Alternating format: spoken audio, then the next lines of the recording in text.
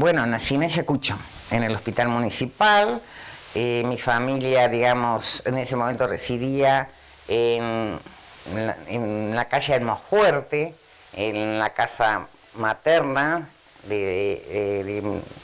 ahí después anduve por otros barrios y llegué hace ya unos cuantos años, sí, yo creo que ya alrededor de, a los 3 años, desde los 3 años, resido en esta calle Belgrano, enfrente a la cancha que era en ese momento de Sport Club, después fue Plaza Belgrano y también se la llamó Plaza de la Cruz. Si tengo en este momento 70 años, te imaginas que tengo 67 años residiendo en este lugar.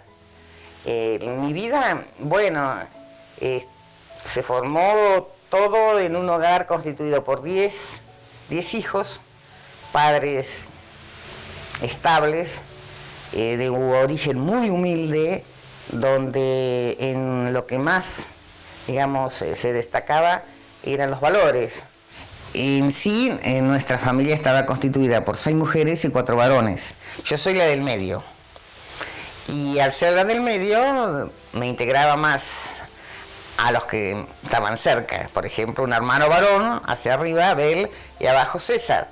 Entonces, sí, mi infancia estaba rodeada de, que ya te he hecho el comentario, por ejemplo, si faltaba un jugador en esa época, había un partido de fútbol acá enfrente, y bueno, falta un arquero, ¿a quién buscamos? Si estaba mirando yo ahí navegando, entonces venía a ser de arquero. Así que en esa época me adelantaba a los tiempos, ¿no? Jugaba al fútbol indirectamente. Viví también mucho tiempo yendo a la cancha de fútbol, que era la Escuela Nacional Normal, lo que es actualmente, y en ese momento era la cancha de la Liga. ¿Qué más te puedo decir? Mi infancia muy voladora, navegante, haciéndome castillos en el aire, cómo sería el futuro. Mi ilusión más grande era ser maestra. Quería ser maestra porque aparte era maestra de mis hermanos más chicos que me tenían que aguantar. Bueno, era difícil, muy difícil. El hecho de que las aspiraciones que vos tuvieras pudieras cumplirlas, porque la sociedad estaba constituida en esa época en los que eran pobres y los que tenían más posibilidades, que no eran ricos, pero tenían otro nivel económico.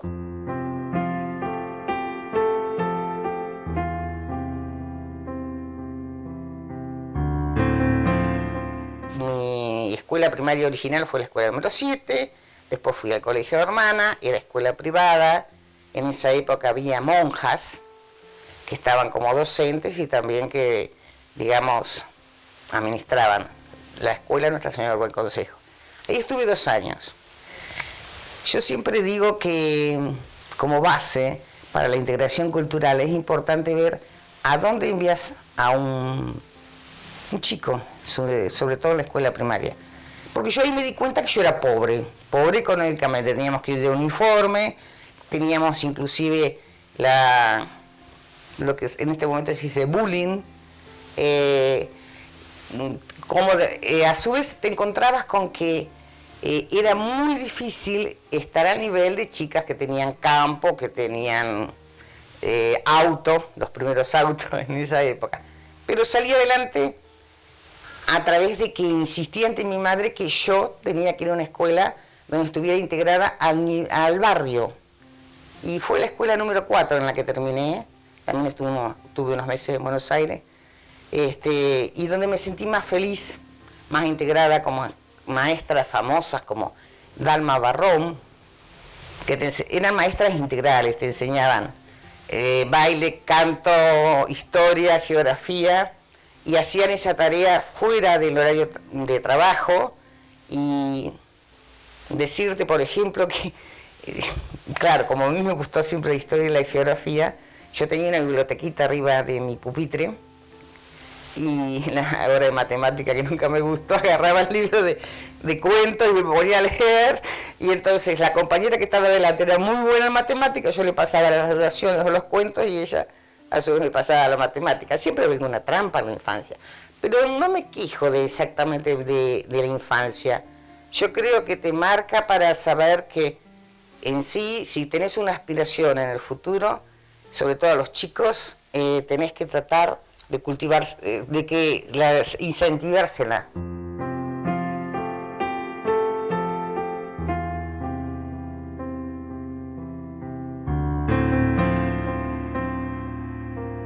En referencia a la escuela de hermanas, volviendo a eso, suponete, se hacía beneficencia, yo para poder pagarme la escuela de hermanas tenía que trabajar. Tenía que barrer los patios, pelar papas con 7 años, picar cebolla, ponerle leña al fuego donde se hacían los dulces. Era una manera de solventar los gastos que ocasionaba esa escuela. A mí eso no me gustaba, yo quería ser libre, pero lo hacía, por supuesto. Incluso en verano tenía que trabajar con las hermanas, que me dieron valores religiosos, pero insisto, yo me di cuenta que ahí yo era de otra sociedad, de otra clase social. Me marcó. A su vez, siempre comento que en esa época, vos que sabías, era el inicio del peronismo y el radicalismo. El inicio no, mentira, existía, pero en Ayacucho era un fervor total. Yo soy nacida justo con el inicio del peronismo. Y a mí me decían, esta negra peronista, y yo no sabía qué quería decir. Y, o sea, a raíz de eso te encontrabas, por ejemplo, con que si vos contestabas algo, sí, me di una buena paliza a raíz de haber dicho en su momento que si era una escuela religiosa, cómo era que no se enseñaba la igualdad o la generosidad o el amor al prójimo. Me predicaban tanto que ya salía predicando yo. Bueno, son anécdotas que a veces quedan. También recuerdo, yo en este momento estoy como concejal peronista, pero la marca quedó ahí grabada, que se repartían vales. En las conferencias vicentinas, a las que le debo mucho, pero porque también pertenecía a, digamos, el barrio pertenecía a San Vicente de Paul, y tuvo integrantes muy buenos, actualmente viven, pero hubo otras personas que usaron lo que ahora se predica, la religión o el vale o digamos, la ayuda al prójimo como un voto. En su momento, por ejemplo, yo tendría 8 o 9 años, a mi casa vino una vicentina, no es de las actuales, aclaro, de nuevo, y le insistió a mi madre para que a través de ese vale, digamos, que consistía en 8 kilos de pan, votara partido imperante en ese momento, radicalismo. Ya. Y mi madre consideró que el voto no se vendía, que había convicciones, que había ideas, que había principios y valores que los que más tenían que respetarlo eran los que estaban en ese momento predicando.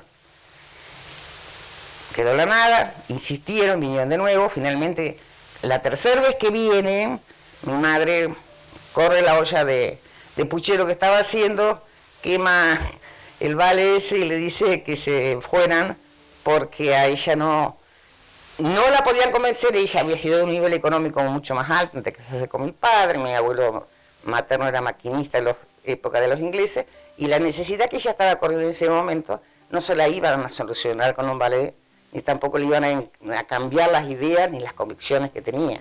Eso me marcó.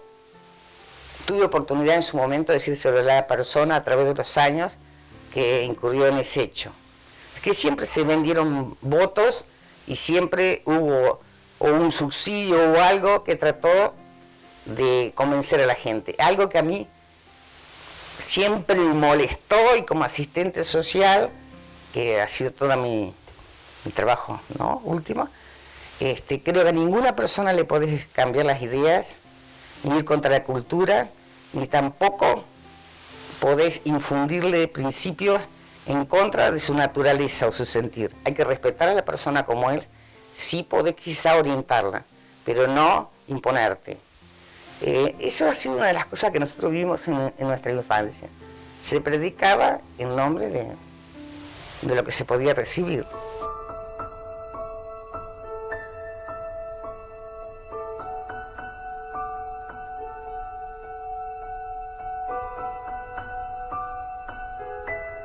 Estoy en mi adolescencia, termino la escuela primaria, ¿Qué podía hacer? Estudiar costura. Había que estudiar. Estudié el sistema Mendía, jugué y teniente, porque no te podíamos aspirar a otra cosa, porque el ser maestra era un estatus superior. Yo no me convencía que podía hacer eso, yo quería, lo mío, iba a luchar. Y bueno, a ver, fui a ver a la doctora Barbieri, en esa época intendente de Ayacucho. No mentí donde estaba trabajando, que era un negocio de venta de cocinas y heladeras. Lo conocí al doctor Barbieri porque él había comprado la última heladera. Entonces, al patrón de ese momento, don Antonio Canal, le mentí y le dije que yo tenía un dolor de estómago y que quería ir a ver al doctor Barbieri, como lo había conocido. Y cuando fui al consultorio no sabía qué hacer, porque me dice, nena, pasá, te conozco, sí, yo estuve cuando usted compró la última heladera, cuando incluso me dejó el dinero, me dejó de más dinero, yo se lo voy a ir a devolver. Ah, sí, recuerdo. Dice, pero ¿qué estás haciendo acá? ¿Qué te duele? Nada, doctor. ¿Y qué querés? Quiero que me ayude a estudiar. Por eso digo, es también la parte buena te voy a contar. Y me dice, ¿cómo te puedo ayudar a estudiar? Con dinero, pero si vos tenés un trabajo, sí, pero se fundió, ya se cierra el negocio, me quedo en la calle. Y vos sos buena alumna y lo voy a demostrar. Yo ya tenía, a esa altura tenía 16 años cumplidos y no había podido cumplir con lo que yo soñaba. Bueno, vas a tener tu oportunidad. Venite, eso fue por ejemplo en noviembre, venite en marzo vuelvo porque no había tenido respuesta. Y hasta ese entonces, sí, no sabía ni mi padre, ni mi madre, ni mi patrón, nada de eso, lo hice sola. Tartamudeando, todavía sigo tartamudeando. Volví y sé que el problema de que a mí no me daban esa ayuda era porque mis padres eran peronistas. Porque me vuelve a preguntar el doctor Barbieri, ¿por qué no viene tu padre? ¿Y por qué no viene tu patrón? Mi patrón es intendente conservador y mi padre era peronista, doctor. Le dije, mi padre es peronista. Sí, yo jugué al fútbol con él. Digo, y yo no quiero que se tenga que rebajar. Entonces, yo le pido personalmente, y además porque usted a los peronistas no los había ayudado, le dije nunca. Cuando le dije eso se tentó de risa, y sí, me dieron el préstamo, con eso pude estudiar de maestra. Nunca estuve de maestra exactamente, porque solamente tuve un alumno particular en el campo. Fui nombrada maestra directora en Vidal, no pude llegar porque no tenía auto, y se dio siempre la buena mano esa. Yo no retomé la carrera universitaria después de pasar 3 años más donde vendí también casas prefabricadas, hice inventario, trabajaba de todo, menos de prostituta, pero trabajé. Y logré estudiar en La Plata, también con otro préstamo donde tuve que concursar. Ahí sí fue más difícil porque había una asociación becaria en Ayacucho y nos hicieron, digamos, un examen. Estaba la banderada que tenía 9.99, yo no fui brillante, fui, digamos, término medio. Aclaro que primero estudié 3 años comercial, porque creía que no iba a poder llegar a maestra. Y después cuando llegué a 3er año comercial, digo, puedo seguir, no soy tan grande. Así que después pasó a primero magisterio. Aurora Muti, directora, me dijo, ¿por qué? ¿Y por qué? Yo quería ser maestra. Y bueno, dice, pero te vas a ir, o te voy a poner en el primero magisterio, pero con las más brillantes. Y con la bandera de la más brillante, yo pido el préstamo. ¿Se va entendiendo lo que voy diciendo? Y me preguntaron por qué quería seguir esa carrera en La Plata, donde iban de todo el país. Porque entendí, ante esa comisión que me estaba interrogando, que algo así dije, si yo había pasado una infancia difícil, con muchas trabas, con muchos obstáculos, creía que iba a comprender o iba a entender mucho mejor la problemática de la carrera que iba a seguir y cómo enfrentarla y cómo seguirla. Y realmente fue mi pasión, a mí me gustó de alma ser asistente social. Y a lo mejor no seguí los lineamientos, he sido muy independiente, no tal vez tan porfiada, sino idealista.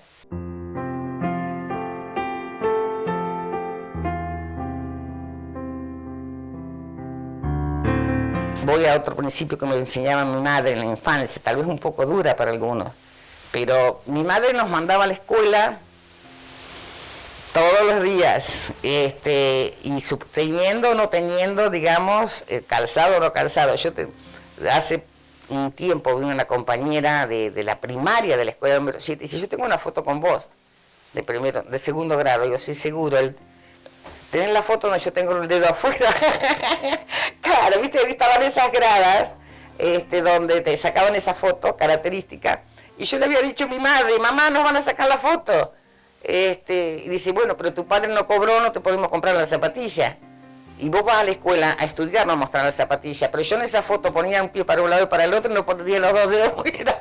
Así que me jacto. Y entonces cuando estaba de asistente me decían, no, mi hijo no puede ir a la escuela porque no tiene zapatilla. Yo se las conseguía o se las guardaba para la fiesta escolar, suponente, en 9 de julio, 25 de mayo. Le tenía de reserva de ropa porque el chico no tenía que ser discriminado, tenía que estar igual que los otros. Pero a su vez, si me llegaba a decir una madre, no, porque no se le secaron, bueno, ahí sí, y le veía el par de zapatillas o 2 o 3 tirados ahí, no, hasta que no laves esa y no la seques y no la pongas en orden, no te voy a dar más zapatillas. Que en sí no la daba yo, pero era una manera, digamos, de transmitir algo de responsabilidad, porque a veces es duro.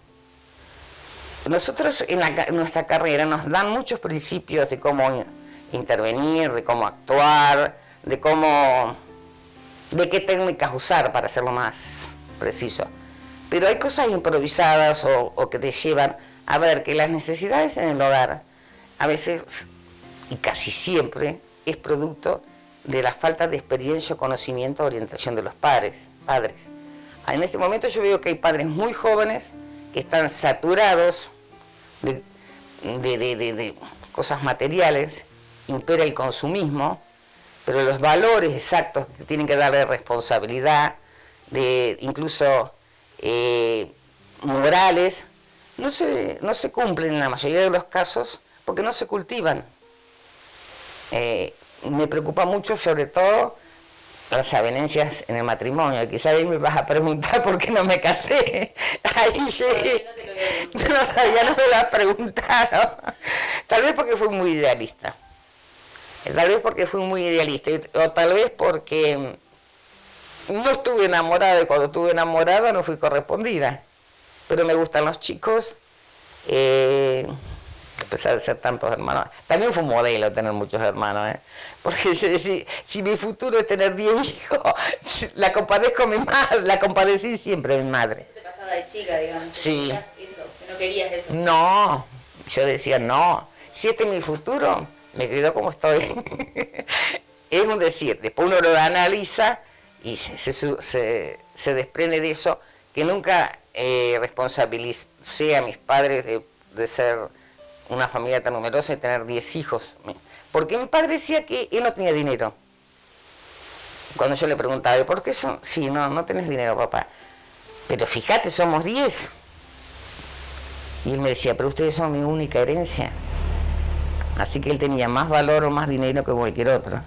Con eso me satisfacía totalmente.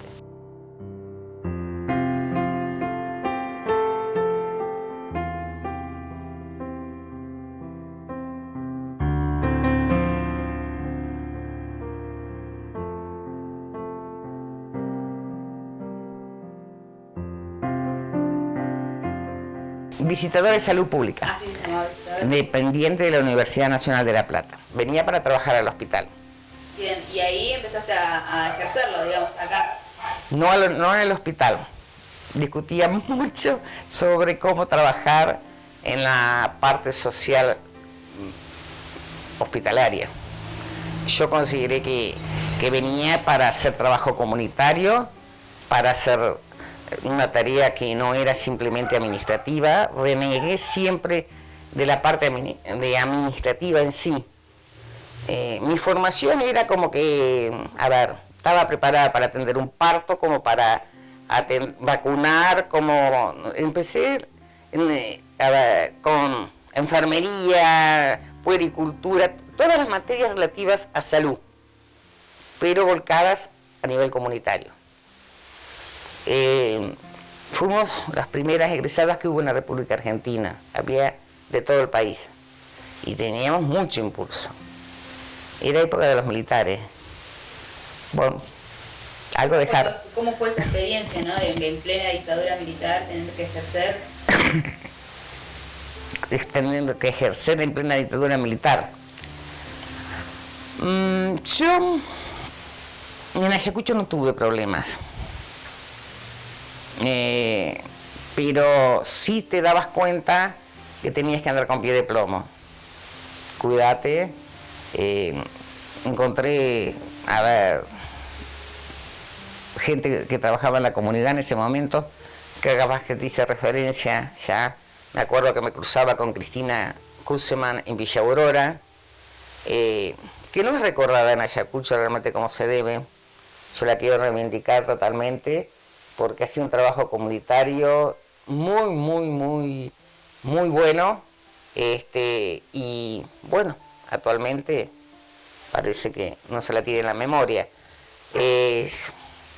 Al ser la primera prácticamente con título habilitante, yo empiezo en la escuela. A los 10 años empecé a trabajar en el hospital. A los 10 años recibida. Y te empecé ad honorem.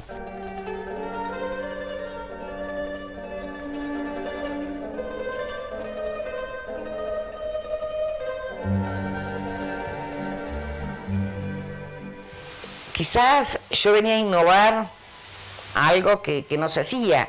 A mí me gustaban los talleres, de pronto estaba con el taller de, Cruz Roja relativo, alumnos guías, club de niños narradores, hacía campamentos fuera de horario, tenía una peña folclórica. Yo no enseñaba folclore, pero conseguía una profesora del barrio que a su vez le servía a ella para tenerlos después en su casa a los alumnos de la escuela particular, daba clases en la escuela, gratuito todo, y bueno, y a su vez iba tomando alumnos particulares. Sí, me metía en muchas cosas raras, que me gustaba viajar, siempre me gustó viajar, entonces yo no lo había podido hacer en mi infancia, y si había un viaje, suponete, a Bariloche, sí, el primer viaje más largo fue a Bariloche, en el año 76, antes de salir Isabel Perón del gobierno. Fue un viaje que inclusive alojamos a los chicos en la comisaría de Piedra del Águila, porque se nos rompió el colectivo, no teníamos dinero. Los chicos siempre fue con aventura. Hay actualmente muchos que lo recuerdan, suponete durmiendo en las cárceles y sin tener cómo darles de comer, quemarse las ruedas del colectivo, perder los días de excursión, después campamentos, sí, en Necochea, hacer cursos de campamento y ser agente multiplicador. Otra experiencia que a mí me marcó fue estar a cargo del Centro de Refugiados Subasiáticos en Claromecó, donde también ahí pude ejercer 100% la parte de salud. Estaba con médicos que eran residentes en el último año en la Universidad de La Plata. No eran exactamente médicos todavía, pero casi. Y ahí tuve contacto con laoncianos, camboyanos, que habían traído los militares a la Argentina previo convenio con las autoridades en ese momento. Ahí ya estoy bien militarizada. Bueno, te callabas la boca, te quedabas muy tranquila en lo posible, aunque por dentro te estabas aguantando unos tragos amargos.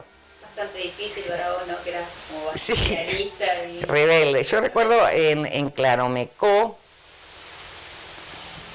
como hacía horarios corridos para poder venir a quedarme unos días acá en Ayacucho, encontrarme con un señor que estaba ahí en el balneario paseando bien al centro, y le pregunto quién era, y era sobrino de Martínez Dios. Me sorprendió que hablaba en el dialecto de los laosianos y camboyanos que estaban ahí. Entonces digo, pero ¿y cómo habla el dialecto? Dice, yo estudié en Norteamérica, sé de los convenios que se han hecho, y a su vez aprendí, estando en Vietnam, el idioma de ellos, dialecto. Y le digo, pero ¿y qué es lo que hicieron ustedes que ahora nosotros tenemos que tener a estos refugiados aquí? ¿Cómo se manejaron? Y cómo era exactamente la lucha. Yo quería indagar en la cuestión de Norteamérica metida en Laos y Camboya. Y me dijo, y nosotros combatíamos las aldeas, que ellos, los, digamos, lugareños, ¿no? Los aldeanos las hacían de muy precarias, y ellos mismos se reconocían, ¿no? Como él, al estar estudiando, a ver si soy clara, este sobrino de Martín nos dio estar estudiando en Norteamérica, tuvo que ir a luchar por Norteamérica a Vietnam y Camboya. Entonces, él decía, nosotros digamos, tirábamos abajo las aldeas en una palabra y ellos volvían a construirlas, todas precarias, y tuvimos que hacer acuerdos para traerlos a la Argentina. Martínez Dios, si ustedes no sé si lo saben, pero era un personaje que fue ministro de Economía, que realmente hundió al país. Bueno, me estoy jugando mucho con lo que estoy diciendo, pero ya lo puedo decir. Bueno, este era el sobrino. Sí, me dijeron a mí en una oportunidad, ¿y cómo fuiste a parar ahí? Sí, también fue otra rebeldía. Le dije a la inspectora de psicología que la inspectora que tenía en ese momento yo en Ayacucho, residía en Tandil, iba a ir a cargo de ese centro de refugiados. Y cuando se despide para ir, yo le pregunté por qué se iba a hacer cargo, claro, todos convenios, y comenté, no podemos atender a los nuestros, a los argentinos recibimos extranjeros, porque recibíamos gente extranjera con centros de refugiados que hacíamos en Claromecó, que teníamos en Claromecó, en Torquín y toda esa región. También me tocó traerlos los que vinieron a Ayacucho, a la escuela agropecuaria actualmente. Bueno, sí, me dijo, siempre tan rebelde, vos tan especial, porque tenía que ser... Claro, porque estábamos alojando extranjeros y no teníamos para darle comer a los nuestros, realmente. El servicio se presta primero, dice, la necesidad bien entendida empieza por casa, ¿no?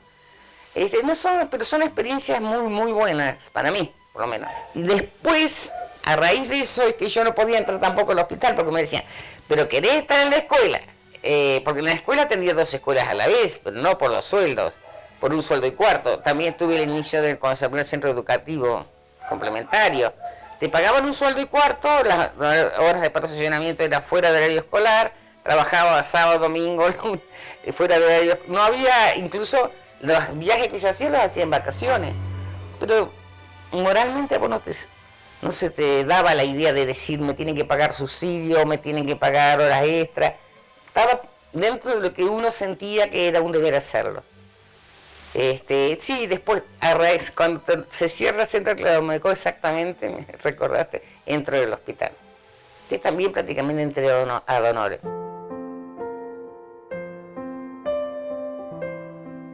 Claro, yo un concurso en la municipalidad como jefa de departamento, paso a bienestar social, con pura Cordañer, Curita. Pude quedar de directora de bienestar social, tengo muy buenas relaciones con el gobierno radical.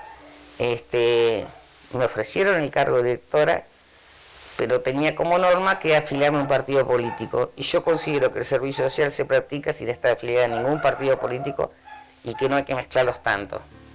Todo viene igual, ¿no? Después, cuando entra Luis Larrea de intendente, me pide que yo esté en el cargo de directora de bienestar social.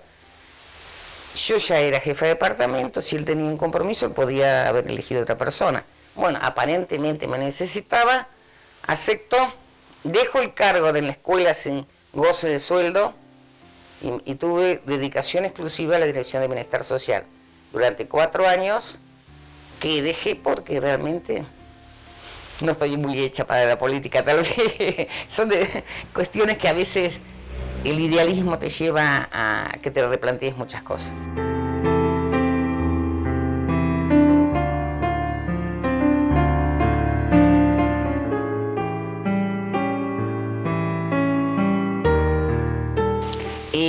Mi vida política, política social, no política partidista. No, social. Sí, con Pura, estando justamente yo como jefa, el burro primero, ella directora y yo jefa de departamento, implementamos el proyecto de las juntas vecinales. Fueron las primeras juntas vecinales, que en ese momento eran aproximadamente 12. Fue, me parece, una idea, nació de ella era la directora, yo la continué, y decirte, en los barrios hay que trabajar con continuidad, hay que tener un seguimiento, hay que tener una permanencia, hay que estar presente incluso en las situaciones difíciles, aunque no le lleves cosas materiales, tenés que estar en el momento justo, que aunque sea prestarle el oído, la oreja, a la dificultad que tienen. Y la gente a la larga sabe que va a contar con vos. Porque el asistente social tiene que ser más que nada, orientadora, no imponer ideas, pero tiene que estar. Si yo termino siendo simplemente una administrativa que le doy mercaderías, o le construyo una casa, o le hago un trámite, eso lo hace cualquier persona. Hay que prestar los oídos y hay que prestar la presencia. Ese es mi pensamiento. En los barrios, quizá te comenté que incluso hasta dábamos clase de educación sexual. Bueno, clase de educación sexual, cuando yo empecé en la escuela 7, cuando estaba prohibido. Y decía, como todo prohibido, sí. La directora en ese momento era María Luisa Galarraga Diarte, me decía, me van a expulsar porque no estaba dentro del reglamento de las escuelas. Por supuesto, con la utilización de los padres, supone que estaba separado a los chicos de 7º año, mujeres por un lado y varones por otro. Y también era una actividad que era bastante complicada. Recuerdo que había un alumno en ese momento, que ahora, claro, son todos hombres, grandes, que me dijo si a las mujeres se le podía hacer inseminación artificial. Y a mí me tocó. Claro, él trabajaba en una veterinaria de 12 años, con familiar, y eran adelantados, eran alumnos brillantes, que valía la pena enseñarlos, estar con ellos, estar fomentándoles esa formación. Y en los barrios te encontrabas con que, por el nivel más que nada, no todos, pero en algunos, eran palabras prohibidas, la educación sexual, porque siempre se confundió educación sexual con sexualidad.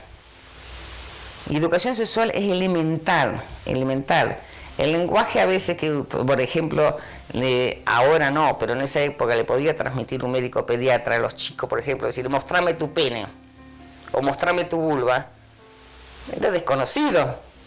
No, yo, dentro de mi carrera, en La Plata, iba a las maternidades, asistía a partos, y estábamos preparadas justamente para ser agentes multiplicadores y innovar en ese aspecto.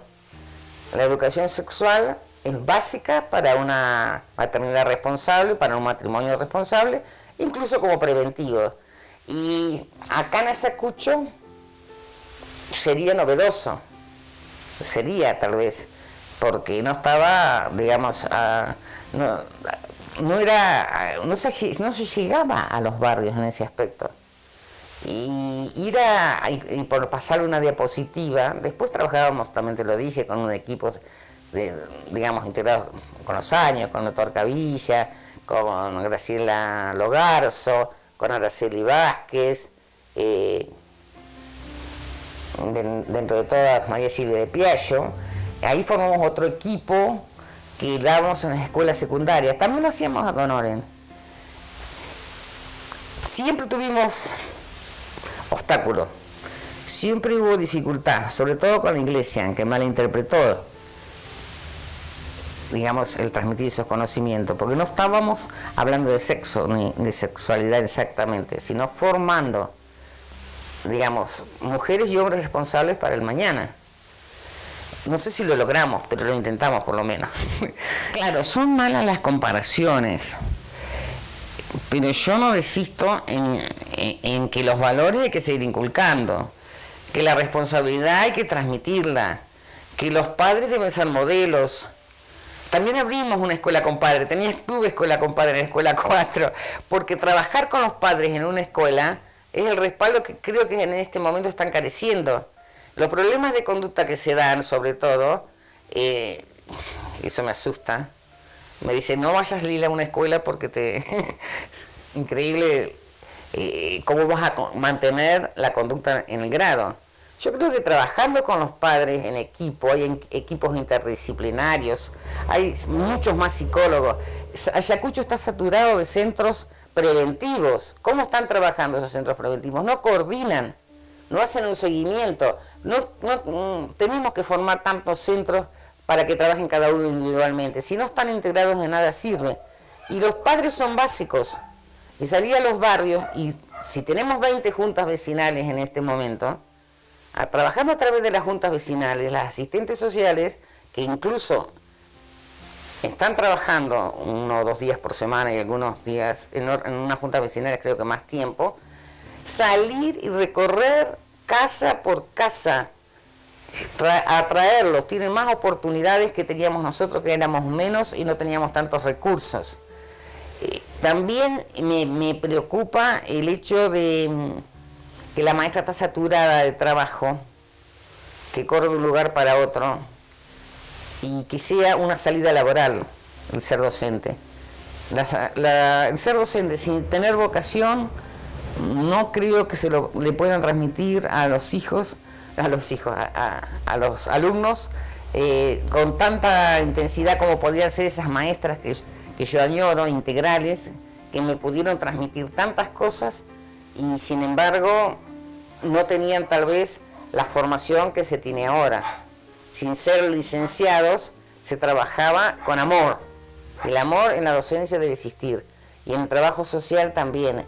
Y si no, no te pongas a hacerlo como si fuera una simple encuestadora. Eso me preocupa.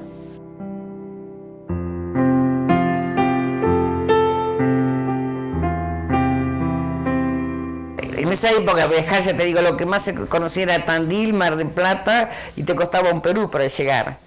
Yo decía, en cuanto tenga dinero, yo viajo. Viajo a donde, como pueda. Sí, siempre ahorrando. Llegué a tener hasta 3 trabajos también, ¿no? Nunca me saqué ninguno por lotería, ningún viaje. Pero tuve oportunidad de, sí, conocerlo primero, nuestro país. Lo más que pude, y todavía me falta. Dije, antes de que los pies se me adormezcan y que no pueda subir escalones y que me lleguen los años. Sí, a ver, Brasil tuve unas cuantas veces, después estuve en México, en Cuba, Jamaica, Caimán, Perú, La Paz, Perú, Machu Picchu. Después hice un pantallazo por los países europeos, un primer viaje, donde el pantallazo era España, Francia, Inglaterra, Bélgica, Holanda, parte de Alemania, Austria, Suiza, y llegué a Italia, el lugar de donde eran mis abuelos paternos. Llegué hasta Nápoles, que era napolitano, pero no pude llegar al pueblito. Hice un segundo viaje ya con 2 hermanas y una cuñada, y nos quedamos en Nápoles hasta como, digamos, punto de partida para llegar a un pueblito allá arriba en la montaña donde eran originarios mis abuelos paternos. Llegué a ver la casa de mis abuelos. Para mí era lo más emocionante porque era como reivindicar a mi padre y mi abuelo que nunca pudo, o mis abuelos que llegaron, digamos, como matrimonio a la Argentina, recién casados, y nunca pudieron regresar a su pueblo originario. Era como que estaba mi padre y mis abuelos todos presentes. Eso fue muy emocionante. Después, bueno, sí, también ahí la zona del sur de Italia también la recorrí, Sicilia. Tuve oportunidad también de ir a la India. Contaba que eran 36 horas de viaje que también tuvimos en Sumatra, y de Sumatra a la India, Nueva Delhi, todo cerca del Himalaya. Eso fue fantástico. Ahí yo me sentía, pero como pez en el agua, porque normalmente cuando vas a hacer un viaje te llevan con un itinerario marcado, que es mejor. Pero tengo tendencia a ser, como ya comenté, media particular, entonces eso de evadirme un poquito y salir del hotel y ver, por ejemplo, en la India, como su cultura tan especial, o sea, hay que respetar las distintas culturas, ¿no? Pero ver a los parias durmiendo bajo los arbustos, así también como palacios suntuosos donde el Maharaja tenía a sus, digamos, esclavas o danzarinas, o tenía el harén, para decirlo más claro. Yo me embelesaba, lo que ahora se está de moda, que es en las 1001 noches, yo estaba viviendo las 1001 noches en esos palacios, pero más lo vi cuando fui a Turquía. Estuve en Turquía y Grecia, y en Turquía ver las maravillas que tiene Estambul, Ankara no tanto como los aledaños, que te encontrás con ciudades subterráneas donde ellos, los turcos, se refugiaban y los habitaban ese lugar de, digamos, los ataques de los mogoles, ciudades pero más subterráneas con una extensión como la de Ayacucho, la planta urbana, pero se comunicaban por entre cuevas, y actualmente conservan las frutas los turcos.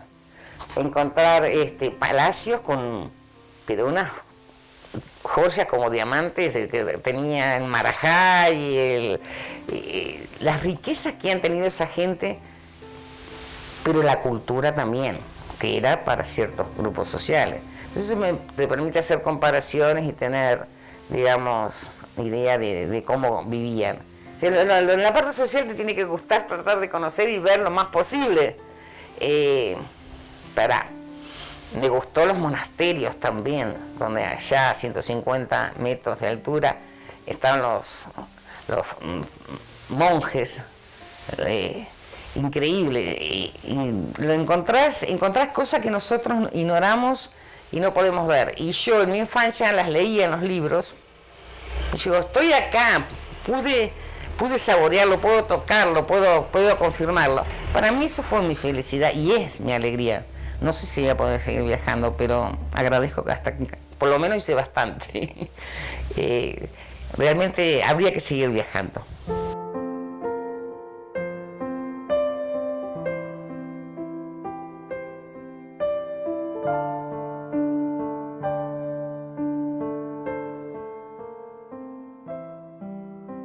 Sí, yo no sé si decirle el corazón, porque pobrecitos me tienen que aguantar. Sí, digamos, conmigo estuvo alrededor de 30 años un sobrino.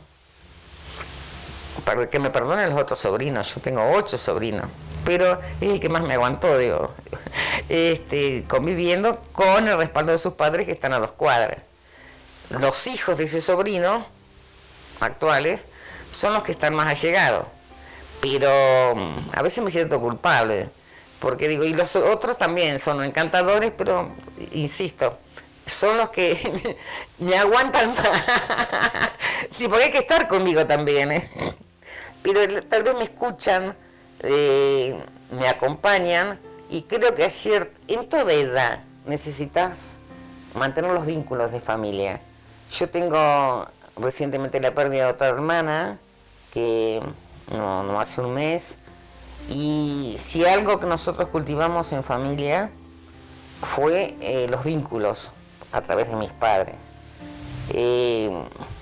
Tengo un chiste: éramos mejores cuando mis hermanos no se habían casado, cuando éramos todos solteros. Quizás los cuñados, las cuñadas, no, pero es un decir. No, cuando éramos, digamos, todos solteros, mis padres hacían incluso, dentro de sus posibilidades, digamos, un carromato, nos ponían girasol y salíamos disfrazados, las mujeres de varones, los varones de mujeres. Nos divertíamos con muy poco, hacíamos bailes en la calle, y mis hermanos traían sus novias o sus festejantes, y nosotros los nuestros. Así que en una familia de 10 se puede vivir muy bien, pero claro, no teniendo como base que tiene que ser todo consumismo o material, porque con poco a veces se logra más. Entonces te imaginas, los pobres chicos, estos sobrinos nietos me tienen que aguantar que yo diga, y bueno, ¿por qué ese cartón? ¿Por qué no lo usas así y no te haces una, no sé, una máscara? ¿Y por qué no usas ese tarrito? ¿Y por qué no haces un tambor? Sí, tía, pero es más fácil ir a la juguetería y comprarlo, tienes razón. Y ahí quedo como marreta. Sí, porque tenés que hacerle apreciar que a veces no todo lo que brilla es oro, ¿no? Es mi modalidad. Bueno, Lila, sí. ¿Cómo te autodefinirías? Muy independiente. Creo que muy independiente. Siempre, a ver, muy bohemia. Prefiero que me sugieran algo, que me impongan las ideas. Por eso considero que la libertad es lo básico. Y que hasta ahora, a ver, un término medio, ni muy buena ni muy mala, pero he logrado en sí, en la vida, creo lo que yo aspiraba. No te digo que brillo por ser ultra feliz, pero me encuentro satisfecha. Agradezco a todas las personas que de una forma u otra me ayudaron en la vida, porque siempre tenés a alguien que te tiende una mano, y hubo muchas, y agradezco el hogar que nací, nunca renegué de mi origen humilde, me enorgullezco de mi origen humilde, porque si en algún momento consideré que tuve que trabajar para salir adelante, eso a mí, en lugar de debilitarme, me forzó a superarme y me dio las fuerzas incluso para pasar obstáculos. Así que, insisto, estoy bien y gracias.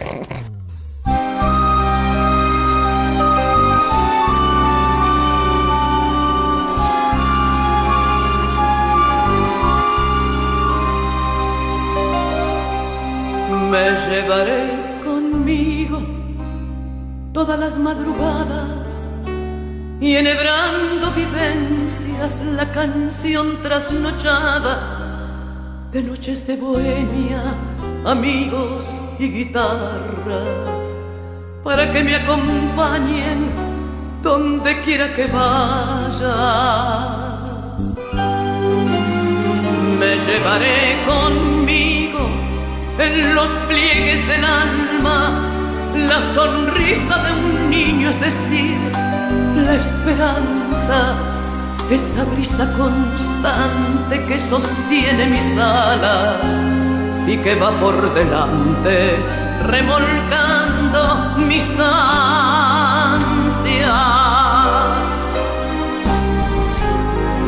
Me llevaré conmigo los zapatos gastados de todos los caminos por los que he caminado, por los muchos amigos volvería descalza, a pesar de las piedras, si fuera necesario.